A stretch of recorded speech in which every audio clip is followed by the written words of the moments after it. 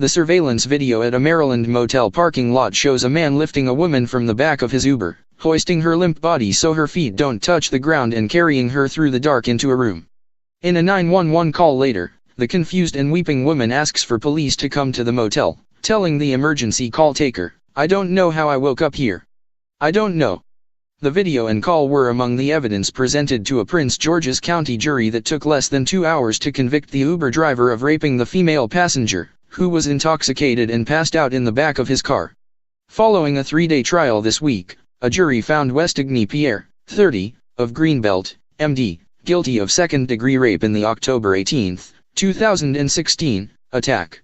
During a news conference Friday outside the Prince George's County Courthouse, State's Attorney Angela Alsobrooks praised the woman as courageous for coming forward and cooperating fully with authorities. "This is pain that can last a lifetime," she said. According to prosecutors, the woman, who was 32 at the time, was placed in the back of the Uber by an acquaintance after a night out at a restaurant in downtown Washington. While on the trip, Pierre stopped for 2 other female passengers, prosecutors say. The women were part of Uber's pool passenger service, in which drivers pick up multiple clients and charge rates lower than those for a single passenger trip. Prosecutors said when Pierre stopped to pick up the pair of women, they saw the unconscious woman in the back seat of his car and declined the ride. During the trial, prosecutors called the 2 women to testify to having seen Pierre with the unconscious woman in the car. Pierre was supposed to have taken the woman to her home in Fairfax. Instead, Pierre stopped a few blocks away from her home and terminated the trip electronically on the rideshare app. Pierre then drove the woman to a budget inn in College Park, MD, where he rented a room. A hotel security camera captured what police described as Pierre pulling his victim's motionless body from the car and carrying her to a hotel room, where authorities said he sexually assaulted her.